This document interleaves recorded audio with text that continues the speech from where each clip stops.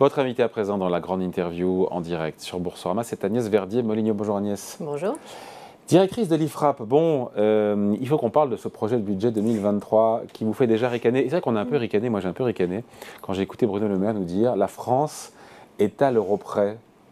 Non mais c'est ce qu'il nous a dit en présentant son projet de budget 2023. Est-ce que ça appelle un commentaire quand on sait que la France va emprunter 270 milliards d'euros l'année prochaine sur les marchés? Ça vous a fait ricaner ou pas entendre cette phrase? Ça appelle un énorme commentaire parce que ça fait combien d'années qu'on tire la sonnette d'alarme en disant attention, on dépense beaucoup trop, on dépense plus que nécessaire.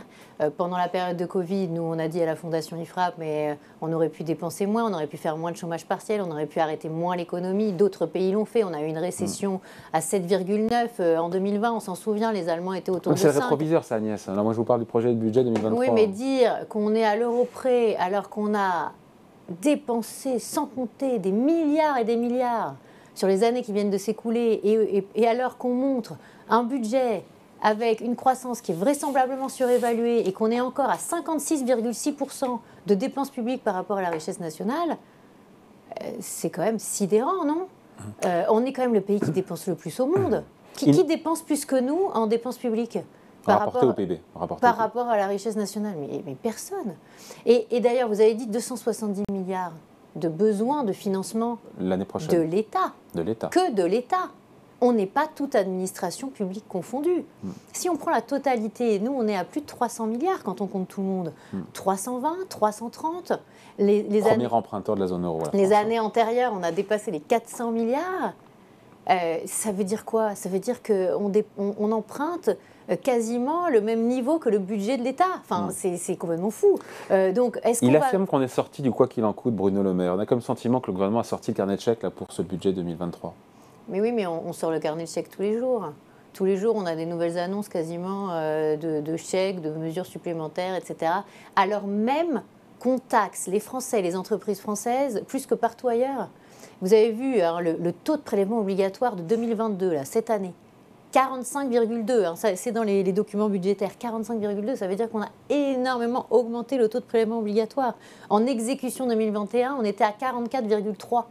Donc on fait des chèques d'un côté, mais de l'autre, on ponctionne comme on n'a jamais ponctionné. La recette de TVA cette année, c'est 204 milliards. La recette de TVA prévue en 2023, c'est 214 milliards. Ça veut dire quoi? Ça veut dire qu'on est dans des niveaux... Mais il y a de la croissance, donc il y a plus de consommation et plus de TVA. C'est aussi l'inflation. C'est aussi l'inflation. C'est l'inflation aussi. On a des recettes aussi d'impôt sur le revenu qui sont gigantesques. Pourquoi? Parce qu'on n'a pas revu le barème en temps réel, alors qu'avec le prélèvement à la source, on aurait pu revoir le barème de l'inflation en temps réel. Agnès, est-ce que ce projet de budget 2023 protège bien les ménages contre cette inflation? 45 milliards d'euros de brut, c'est brut, hein, pour ce bouclier énergétique afin de limiter les prix, de la flambée des prix de l'énergie, du gaz, de l'électricité. Est-ce que les Français sont bien protégés? Vous avez dit c'est brut. Ça veut dire quoi? 45 milliards brut. Parce qu'il y a d'autres recettes liées notamment aux énergéticiens, aux énergies renouvelables. C'est ça. Et en fait, dans le budget, c'est pas 45 milliards. Ça a un impact sur le déficit de 16 et les crédits ouverts sont de 12. Alors pourquoi il communique sur 45 milliards le gouvernement? C'est très compliqué à évaluer parce que pour l'instant, on n'a pas toutes les données sous-jacentes. Donc c'est un bouclier à 16 milliards? On verra, mais le truc, c'est qu'en fait, c'est 45... Vous êtes contente, c'est 3 fois moins. Non, mais le sujet, c'est qu'il faut arrêter avec tous ces milliards qui sont surgonflés et peut-être revenir à la réalité. On va encore payer énormément d'impôts en 2023. Beaucoup plus que ce qu'on nous annonce par rapport au PIB, parce qu'on nous dit qu'il y aura une baisse du taux de prélèvement obligatoire à 44,7, alors que franchement, c'est tout à fait improbable que ça baisse autant, puisque la croissance, elle est prévue à 1%. Déjà, la Banque de France dit que ce sera plutôt 0,5%. Ouais. Nous, à la Fondation IFRAP, on a évalué le plan de sobriété et on pense qu'en appliquant le plan de sobriété tel que veut le gouvernement, c'est-à-dire qu'on soit à moins 10% de consommation d'énergie en 2023, à ce moment-là, c'est un impact sur le PIB qu'on a évalué autour de 0,9. Ça veut dire qu'on aurait déjà en territoire négatif. Quasi pas de croissance, quoi. Franchement, ça dépend si on part des prévisions de la Banque de France ou du gouvernement. Mais bon, voilà, on va clairement, c'était votre plateau d'avant, on va clairement plutôt vers la récession que vers de la croissance. Donc, La question, c'est comment ils évaluent leurs 45 milliards par rapport à quel prix de l'énergie. Le prix peut aussi à un moment baisser, on l'espère tous d'ailleurs, on croise les doigts. Le Brent, le pétrole a baissé, on a 85 $. Donc, c'est pas du tout sûr que ça coûte exactement ça. Et la question, c'est est-ce qu'on est protégé pour l'avenir? Moi, je réponds non. On n'est pas du tout protégé. On est dans une situation où on est finalement, on n'a jamais été aussi fragile. Notre pays est clairement peut subir, et d'ailleurs c'est le gouverneur de la Banque de France qui sonne l'alarme à l'Assemblée nationale en audition, qui dit attendez, il faut absolument réduire les dépenses, il faut absolument arrêter d'embaucher massivement dans le secteur couper dans public. les dépenses quand on va en récession, est-ce que c'est pas une mauvaise idée quand ça va mal de tout couper? Vous avez vu ce qui se passe sur la charge de la dette là? Non, mais ça reste maîtrisé, on est à 50. Maîtrisé jusqu'à 2022, 52 milliards, 2023, 51, on reste dans les mêmes niveaux de charge d'intérêt. 51,7 prévu l'année prochaine. Mais, mais l'année dernière, c'était combien? C'était 38 milliards. Non, ça c'était dans la prévision de loi de finances. Non, mais l'année dernière, 2021, la prévision de loi de finances 2022, c'était autour de 38 milliards ou 39 milliards. Et puis finalement, on a explosé le compteur, on a dépassé mais en réel, on restera autour de 50 milliards d'euros entre 2022 et 2023 en charge d'intérêt. On dépasserait en 2022 50 milliards, autour de 51 et quelques. Mais c'est en comptant qu'on ne va pas dépasser en taux OAT à 10 ans de la France, 2,6. 2,6% en 2023, on y est déjà. On y a combien là? Vous pouvez me dire? On est à 2,6, 2,7 2,67. Oui, voilà. Donc on a déjà dépassé. Ouais. Donc ça veut dire que vraisemblablement, le coût charge de la dette envisagé pour 2022 par le gouvernement, il est potentiellement déjà caduc, parce qu'on va déjà être au-delà de 2,6. Après, Agnès, un point de pourcentage de hausse, les calculs ont été faits sur 2023, c'est 2 milliards de plus. Oui, mais après, il y a un effet boule de neige. Mais non, mais attendez, là, en juillet, on avait déjà eu une charge de la dette aussi importante que la totalité de l'année 2021. Donc ça va beaucoup plus vite que ce qu'on croit. Et puis il y a les OAT indexés sur l'inflation.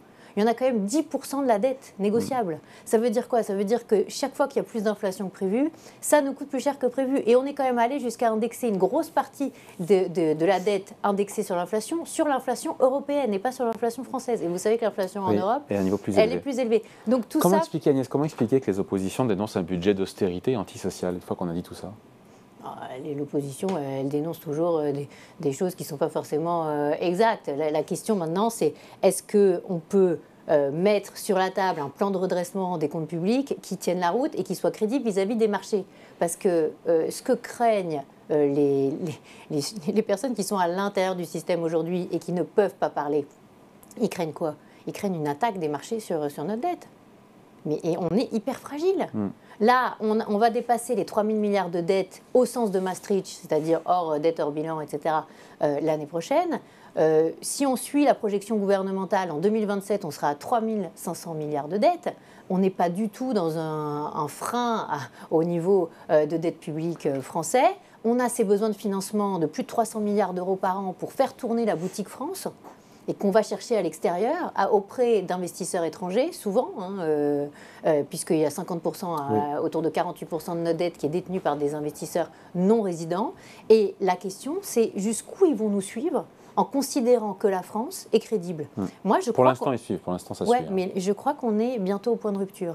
Et qu'il faut être très vigilant. C'est pour ça que la question de la réforme des retraites, c'est pas juste un petit débat entre nous pour se dire attends, est-ce qu'on le fait passer en janvier, est-ce qu'on le fait passer en novembre, est-ce que ça passe par amendement? Tiens, pourquoi on ne ferait pas un PLFSS R, c'est-à-dire une loi de finances rectificative, une loi de financement de la sécurité sociale rectificative en janvier, pour pouvoir passer la mesure, mais pouvoir utiliser aussi le 49.3. On est dans la bidouille, là, aujourd'hui, sur ces sujets, alors que c'est un énorme sujet de souveraineté, de solvabilité, d'équilibre de nos comptes sur le moyen long terme. Est-ce qu'on peut le dire aux Français? Agnès, sur les entreprises, elles n'ont pas trop à se plaindre, même si la baisse de la CVE va se faire sur 2 ans, donc c'est moitié moins que ce qui était attendu.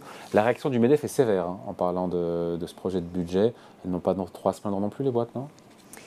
Écoutez, le problème, David, c'est qu'on a demandé beaucoup de choses aux boîtes ces derniers temps. Nos entreprises, elles ont dû s'arrêter de produire, elles ont dû changer. Elles ont été aidées aussi. Elles ont été aidées, mais je crois qu'il ne faut jamais oublier une chose. Le chômage partiel, ce n'est pas trop pour les entreprises, c'est quand même pour les salariés. Les PGE, oui, c'est super, mais il faut bien les payer maintenant. Et c'est un peu le cadeau empoisonné. Le premier effet est sympa, le deuxième effet est un peu moins sympa quand tu as le boomerang et qu'on te dit « Ah oui, bah, ça va être compliqué pour payer. Et là, il y a plein de boîtes qui sont dans cette situation aujourd'hui, beaucoup plus que ce qu'on croyait d'ailleurs. Donc la question, c'est est-ce qu'on n'est pas encore dans une logique où on taxe beaucoup trop nos entreprises? Moi, je le pense. On aurait dû mettre sur la table tout ce qu'on avait de financement d'emprunts européens, les 39 milliards là. On aurait dû faire une baisse tout de suite massive des taxes de production. Au lieu de ça, qu'est-ce qu'on fait? On ergote, on dit ah bah attends, la suppression de la CVAE, on va pas la faire en un an, on va la faire en 2 ans. On fait que 4 milliards. Et d'ailleurs, Bruno Le Maire a répondu au patron de MEF en disant qu'ils sont bien gentils de vouloir nous demander d'accélérer le désendettement et la baisse de la dépense publique. Dans ces cas-là, faites des efforts aussi. Et ne demandez pas des baisses d'impôts. Oui, mais les efforts des entreprises, ils sont énormes. On est en ce moment même à la Fondation IFRAP en train de calculer à combien d'écart on est entre les entreprises françaises et les entreprises de la zone euro en poids des prélèvements obligatoires qui pèsent sur nos entreprises. C'est 200 milliards le chiffre, non? Mais 140 milliards, ouais. C'était le dernier chiffre qu'on avait. On va voir maintenant si ça s'est amélioré. Je n'ai pas encore les chiffres sous la main. Mais le sujet, c'est que c'est énorme le poids fiscal et social qui pèse sur nos boîtes par rapport aux autres pays. Et ce poids-là, il est toujours là. Donc dire aux entreprises, vous ne faites pas assez d'efforts, on va vous supprimer des niches. Mais ces niches, c'est quoi ces niches? C'est des mesures qui permettent aux boîtes de continuer à survivre dans un contexte où elles sont hyper fiscalisées. Donc je crois que le dialogue entre Bruno Le Maire et le MEDEF est ahurissant. D'autant plus que je trouve que le patronat a été quand même toujours hyper supporter ces 2 dernières années. Un peu moins sur la réforme des retraites. De tout ce qu'a fait le gouvernement. Et je pense qu'ils auraient pu dire à certains moments, attendez, on arrête trop l'économie. Par exemple, la maintenance des réacteurs nucléaires, peut-être qu'on aurait pu continuer pendant le premier confinement. Ça aurait évité beaucoup de problèmes en ce moment. On n'aurait pas les mêmes tarifs d'électricité, on n'aurait pas le même risque de coupure de courant, on n'aurait pas le risque de devoir arrêter la production des entreprises électro-intensives. Enfin, on se retrouve quand même dans une situation où toutes les décisions qui ont été prises ces dernières années arrivent à terme à nous entraîner dans une situation économiquement catastrophique. Donc, je crois que là, dans la relation entre le patronat et le gouvernement, c'est en train de se rééquilibrer, de se rétablir, et c'est peut-être pas plus mal, parce que je trouve qu'il faut un vrai dialogue qui ne soit pas inféodé, mais qui soit un peu plus musclé, pour dire, attendez, la réalité de la compétitivité des boîtes en France, ce n'est pas du tout ce qu'on nous dit, ce n'est pas du tout l'Eldorado de l'investissement qu'on imagine. Et si on veut redresser les choses, si on veut renouer avec de la vraie croissance, si on veut créer de l'emploi massivement, si on veut avoir une richesse nationale qui à nouveau est florissante, il y a un énorme boulot à faire en face. Parce que la compétitivité des boîtes, elle n'est que le reflet du manque de productivité des administrations françaises. Mais nous, on le voit tous les jours. Hein. On parlait là des questions d'arrêt de travail. C'est dans la loi de finances de la sécurité sociale. Des remboursements des arrêts de travail délivrés en téléconsultation lorsqu'ils ne sont pas délivrés par le médecin traitant. Oui, voilà. En gros, le gouvernement veut faire passer ça pour une mesure importante qui fait des économies. Mais quand on regarde les chiffres, c'est assez incroyable. C'est 100 millions d'euros, ça. D'accord ? Les arrêts de travail en téléconsultation. 100 millions d'euros avec des arrêts de travail qui, dans le privé, coûtent en indemnité journalière autour de 10 milliards d'euros par an. Et dans le public, on ne sait pas combien il y a d'indemnités journalières exactement, mais la Cour des comptes a évalué qu'autour de 12 milliards d'euros, le coût de tous les arrêts maladie qui sont en autofinancement. Il n'y a pas de chaque caisse, année, etc. Oui, donc je veux dire, on parle de 100 millions d'euros et on met sous le tapis des milliards d'économies qu'on pourrait faire. Sur les économies, justement, Agnès, elles sont assez rares dans ce budget, à part cette mesure-là. Qu'est-ce qu'il y a comme... C'est ce qui d'ailleurs fait... Il n'y a quasiment rien, parce que, par exemple, on va y venir, presque 11 000 embauches... oui, 10 000 postes de fonctionnaires sont créés, 24 milliards de crédits en plus pour les ministères, l'école, la santé, l'emploi, la justice. Mais en même temps, ça traduit les priorités du deuxième mandat du président. Je veux dire, au moins, il y a les paroles, maintenant il y a les actes. Quoi, bien sûr, mais on a une masse salariale, on a évalué à la Fondation IFRAP, on n'est pas encore sûr complètement de nos chiffres, mais qui va exploser entre 22 et 23, de l'ordre de 8 milliards d'euros. Mais attends, et là, ce n'est pas uniquement les embauches des 11 000 et quelques agents, parce qu'en réalité, ça, c'est un demi-milliard supplémentaire. Mais on sait tous qu'on a des doublons, qu'on a un problème d'État trop centralisé, qu'on a des collectivités locales qui doublonnent avec l'État et vice-versa, qu'à un moment, il va falloir revoir les missions publiques. Où est la réforme de l'État ? Où est la décentralisation réelle de l'organisation du pays? Pourquoi est-ce qu'on a empilé autant de strates entre les communes, les intercommunalités, les régions, les métropoles, l'État déconcentré, la Sécu, toutes les caisses sociales? pour finalement arriver à ce surcoût de nos services publics. Oui, mais plus de 80 milliards j'entends, mais là d'euros. aujourd'hui, il y a une situation économique qui est hautement incertaine.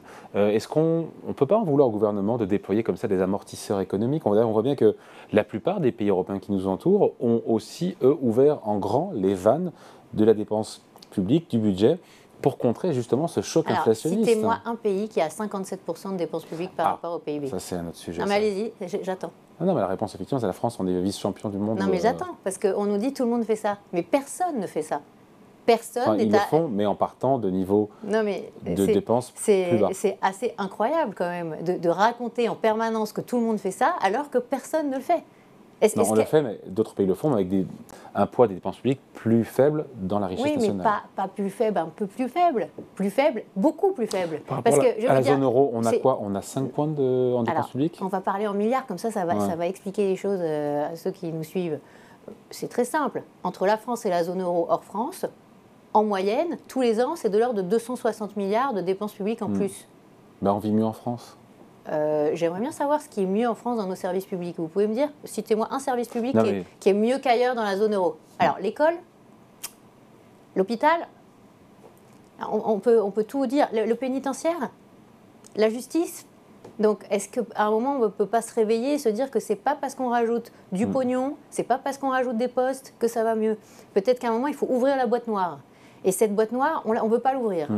Normalement, c'est le rôle du Parlement, c'est le rôle des citoyens, c'est le rôle de tous les observateurs indépendants. Indépendants, c'est important, il faut le souligner plusieurs fois, parce que quand on conteste un peu les chiffres, qu'on dit attention, peut-être que vous n'avez pas les bons chiffres, peut-être qu'il faudrait prévoir de l'inflation. Ah non, il n'y aura pas d'inflation. L'inflation, elle va être très momentanée, elle va pas durer. Alors, nous, à la Fondation IFRAP, on l'avait dit, après les dépenses publiques qu'on a eues et la planche à billets qu'on a fait marcher, c'est sûr qu'on va vers une période d'inflation. Ce n'est pas la guerre en Ukraine toute seule qui nous emmène aujourd'hui dans l'inflation qu'on a. Donc, ouvrons les yeux. Vous dites, la situation économique est incertaine. Bah oui. Mais qui nous a mis aussi dans une situation économique aussi incertaine ? Je crois qu'à un moment, on ne peut pas être juste la cigale, tranquille. Non, mais la stratégie zéro Covid en Chine, la guerre en Ukraine, le gouvernement français n'y est pour rien. Oui, enfin, on n'était pas obligé non plus de dépenser autant sans compter, faire du chômage partiel à gogo, pas regarder si véritablement, il y a plein de boîtes qui auraient pu continuer à bosser beaucoup plus, et vous le savez très bien, on en a plein autour de nous. Donc la question aujourd'hui, c'est est-ce qu'on a pris les bons choix? Nous, on n'a pas pris les bons choix. Est-ce qu'on a été à l'euro près pendant les mois qui viennent de s'écouler derrière nous? Non, on n'a pas regardé chaque euro d'argent public utilisé, et pourtant on était déjà dans une situation hyper tendue. Et maintenant, on est en train de se réveiller. Alors, est-ce que c'est bon, est-ce que c'est pas bon? J'en sais rien. Mais on va se réveiller pourquoi? Parce que les taux montent, parce que c'est la fin de cette période où on s'endettait toujours plus en payant toujours moins cher. Ouais. Donc ça, c'est factuel. Oui. Ça, a priori, c'est derrière nous pour un bon moment. Et je vais vous dire, quand le niveau de charge de la dette va être au niveau du budget d'éducation nationale de l'État, je pense que là, on va commencer à flipper. Parce que, vous savez quoi? Aujourd'hui, c'est le deuxième poste de dépense. D'accord, la charge d'intérêt? Oui, c'est juste derrière l'éducation.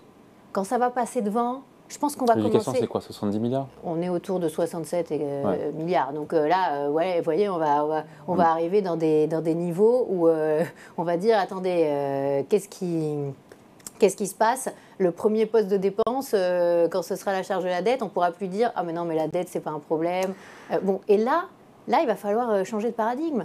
Il va falloir se dire, ah bah oui, peut-être qu'il y a un problème de temps de travail dans les administrations, peut-être qu'il y a un problème d'organisation, peut-être que les agents ne sont pas valorisés pour le travail qu'ils font, peut-être que le statut de la fonction publique à vie, ce n'est pas la bonne idée, peut-être que donner 20% de pension supplémentaire aux agents publics pour les mêmes niveaux de cotisation, c'est peut-être pas la bonne idée non plus, parce que ça nous coûte de l'ordre de 30 milliards d'euros par an supplémentaires, et pour chacun d'entre nous, c'est quand même super cher. Tout ça pour leur permettre de partir en plus plutôt à la retraite que dans le secteur privé.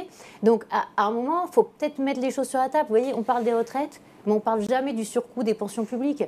Alors que le problème des retraites français, il est avant tout là.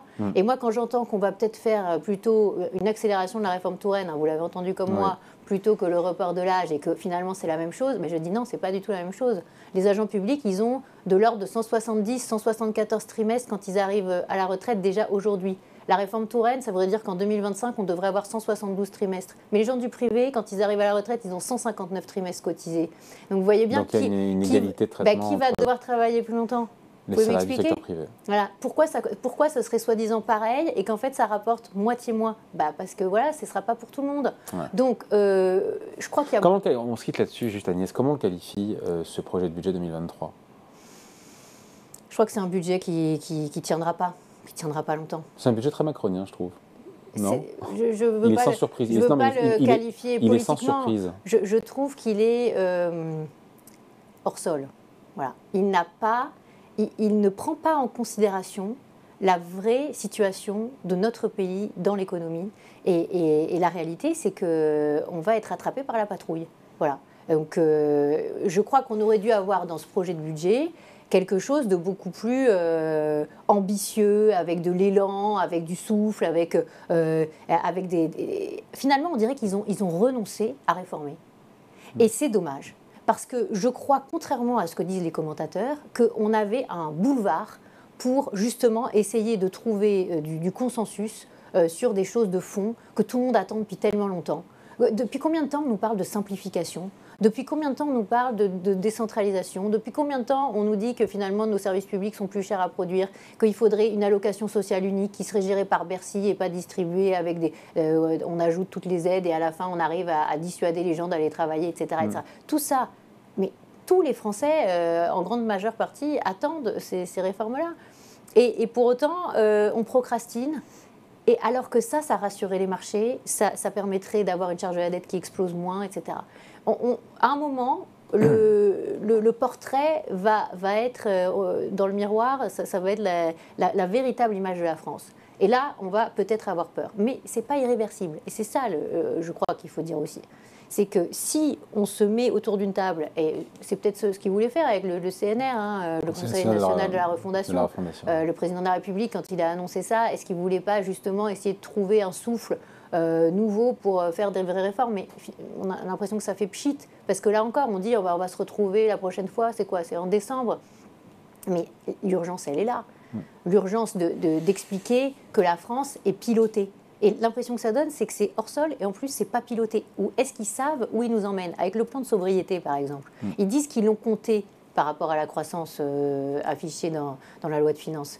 Mais franchement, c'est impossible à croire. Donc, on croit qu'on va pouvoir baisser de 10 ou de 15% notre consommation d'énergie et que ça n'aura pas d'impact sur la... Où sont les calculs de Bercy sur le sujet? Est-ce qu'on peut les avoir? Est-ce qu'on peut être documenté? Mais là, la question, ce n'est pas l'impact, on finit là-dessus, ce n'est pas l'impact sur la croissance, c'est que si on veut éviter un blackout généralisé, il faut réduire notre consommation d'énergie. Alors, c'est volontaire ou c'est pas volontaire? Parce que mais il faudrait que quelque chose soit dit, effectivement. Non, mais attendez, ça va avoir un impact. Et ce sera un impact économique. Donc, le sujet, c'est aussi peut-être se poser la question de quel est le vrai calendrier d'ouverture, de réouverture de nos réacteurs qui sont en maintenance? Quel est le véritable sujet de corrosion sous contrainte? Est-ce qu'on peut avoir des informations? Est-ce qu'on peut nous parler des choses telles qu'elles sont et pas telles qu'on veut faire croire qu'elles sont? Et ça, je trouve que c'est un discours de responsabilité. Vous voyez, en Espagne, depuis cet été, ils ont dit il y aura des coupures, on vous informe, on vous le dit, etc. Nous, on a attendu quoi? On a attendu septembre que tout le monde soit rentré pour dire ah ouais, il va y avoir des coupures. Pourquoi est-ce qu'on n'informe pas plus nos concitoyens? Certains diront qu'on nous infantilise, mais ce n'est pas le sujet du jour. Non, mais David, la vraie question, c'est que justement, plus on infantilise les gens, plus ils sont perdus et plus politiquement, ils ne savent plus à quel sens se vouer. Donc je crois que dire les choses avec une vision plus responsable, en considérant que chacun d'entre nous peut comprendre les choses, et puis ne pas nous faire croire que le sujet des retraites, c'est juste pour pouvoir dépenser 20 milliards de plus sur tel ou tel sujet. C'est pas vrai. C'est vraiment pas vrai. Le sujet des retraites, c'est pour éviter qu'on ait une attaque massive des marchés sur la France et qu'on se retrouve dans une situation où on ne pourra plus payer la charge de la dette. Est-ce qu'on peut nous dire les choses comme ça? Réponse peut-être dans les prochaines heures, puisqu'on sait que le gouvernement, après, il devrait communiquer. Il y a une réunion qui est prévue aujourd'hui avec le chef de l'État. Oui, communiquer sans faire de la communication, mais communiquer en vérité. Bon, merci de passer nous voir. Toujours un plaisir d'échanger avec vous. Agnès Verdier-Molinier, directrice de l'IFRAP, invitée de la grande interview en direct sur Boursorama. Merci. Merci David.